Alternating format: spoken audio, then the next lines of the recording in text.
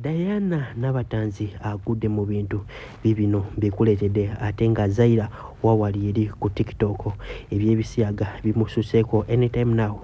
agenda ku police bikuletedde ate nga omukulu Bruno K naye ebibi bamugambye adeyo kumalalo full details n'akatambe kalina mu maaso otosubwa nga bwe nkola fono kwanda boy UG ka video madensa bokampeleka like kamenga kasotambula katukero omuntu yenna eyanjagadde kumanya kweno information ajimiti ono nga walinyo okulombereddwa gowena ayina ebizibu namba yawe sembe 15 to hesitate nga mu inboxing ye walinyo kale katuyongedeyo na mawulide Diana Nabatanzi oluvanyuma lwako yali yapozinga mu ndowooza okubanga azanya naba Aromatic Entertainment nenga abasinga bali bagamba kale abasinga bali tebamanyi move ye eddako kiki kyayinza okukola oba kiki kyazaako okitegeera. Diana Nabatanzi yagenze national ne bagenze ne bakola film empya bagiyita Capable osobola era nagamba nti no gowenna atanaba ku subscribing ku channel eyo eya oba ibadde iza ki something osobola gendayo ku YouTube wali no subscribing no belanga bro subscribing okimanyi obelanga amusupportinze indirectly nenga gowenna atanaba gowenna kale following obuzanyo bwa Aromatic Entertainment ne kano kagenda banyumira cause kalimuzi scenarios ensufu ogenda boziraba mu maaso kansuke ku playingide kapati katono nnyo kakubireko obirengo giraba mbirenga komawo ne byazaira baby wa mune Dr. Sefuko sibirungi Kwenya ovawa wa vawa nana gira chiogera mangu mademba kudwaliro ukamira simba kongo yogera ova mudwaliro kati ova kundova ova ogendo nesuraza zako na wafumbye anti mbademba mudwaliro wandekedde nze wano kulia kakati ombuli amuzimanyi mva mudwaliro nakutumyeyo omutima guluma nesanyu tofuna ngamanyi gabula nesubi tolaba mugambe nti wano dakta we waluma mugambe nti wano ebya Zaira baby wamu ne Dr. Sefuko sibirungi bavuddeyo ne bevuma wali ku TikTok nga omukolo Zaira baby nga avayo nga ndoza mukimaye bulungi tino Dr. Sefuko olunaku olwalero yavuddeyo n'atabukira buli omu eyabadde ku trip ya Zaira baby oba yali ya mukwano ga Zaira baby gwe bali bawerekedde ndoza mukimaye bulungi mwalimu bazibitoka bajoze chakala abantu bangi ba influencers bangi aba ku TikTok nenga amawulira agavaayo oba amawulira agavuddeyo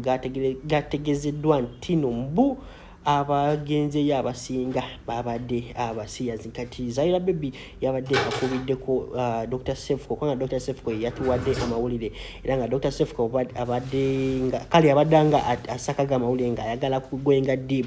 bano abagenze ne Joey wamune nasi kiki badde bagenze okukola ejinja kumazi wamu n'abalala Zaira baby yavuddeyo na claiming ali innocent tabaddemu so ulire audio ya Zaira baby nga akonfaminga nti abagenzeyo babadde abasiyazi mbere nga komawo nebya Bruno K. Doctor Wanji osibe otya jendo yotya sibe bungi kakati is a desire like Zaira. Oh Zaira kakati doctor Samani, if you're recording me or something, I don't know. I saw a quick. No, it's better you do. Kubanga like you guys muri mukunteka mbintu. I'm getting ashamed, doctor. Nedala bayo Zaira kibadde bwekiti bali bakulide ne bampa side yawe nze mbadde nonyi namba yo ompe side entuufu wamma then we clear everything the videos je sina tengagala kankunyonyole nyonyanze Zaira kimanyi ndi mukwano gwo kuinako inze olinde Zaira kuinako buzibu ate obuzibu obujjawa nako buzibu kimanyi nawe thing is like this inze twagenze ku trip eyo I was standing by my friend inze nayigenze because muchuzi bamutaddeko kweyo trip muwerekedde because n'abalala babaddeyo natudde mu basi yabasibitoka kuva lwe twagenze mpaka kudda nga ndi mweyo basi okitegeera kati after sometimes nenebaka obimanyi me I'm always weak era nenebaka nazukusa tuli ku bridge nga nfuluma emmotoka awo tulina otambulawo kitegeera kati mufuma nafuluma ndi ku bridge we nalabidde Joey ndi like omanyi nga wakazuka namugaya kintu mwana kiri kityango obuze nnyo nentambula nenkola ki kyose nnomye ebigambo byange bibeera bitono biba bitono nentambula nenkola ki neŋŋenda awanda kumeno Laba Joey lwe lwakomye sigwe yaba inviting nze ize ekisa n'okutegeera nti Joey yazze okumukuliba mukyuzi najja naŋŋamba erabira okugamba bambi Joey yenyashi oba enyashi simumanyi bambi oba nyashi omukwano gwa Joey nti neera bansasula bankubira essimu ne bakola ki ne bansasula sazzeemu kigambo nga ntyamu era nasirise busirisi ne tutama entugenda tutuuse ewaka sirina kyemanyi nekyadde mu basi zabali simanyi kuba babadde mu costa nabadde mu basi dabodeeka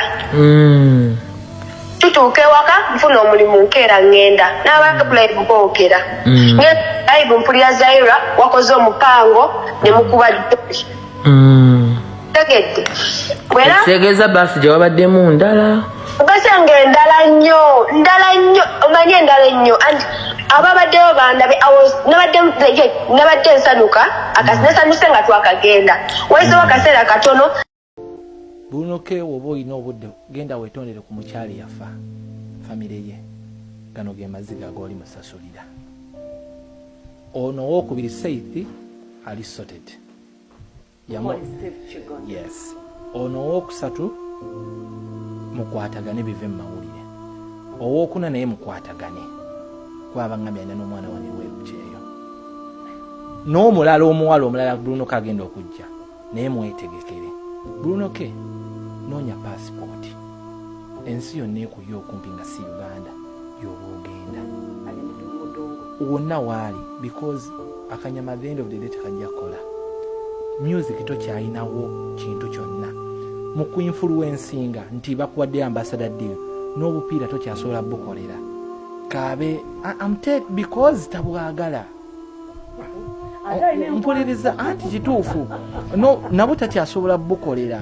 kati tewakyali asobola mwesigana brand ye kuginfluencingira n'abamasaji bagenda mutya kubanga nabajja bapiikirayo ontegeera nakugamba ensonga zange nazigamba naye off camera nkugamba simulinako buzibu but I'm very genuine kukyali yes because Bruno K background ya sharing tufena je sharing and fena tuva mu family zitali nongofu kati mukama wabakuwadde erinnya likozese bulungi abakyala abo noona yagala ojja kutuka sirinda ojja kutuka wakwakirire wano wakyerere uyo omukyala yatugambye oli mu seconds nkaaga toto kisusa abakyala babiri bazze boogera seconds nkaaga sifira chifu manekenzi Kulancha era nkaaga mu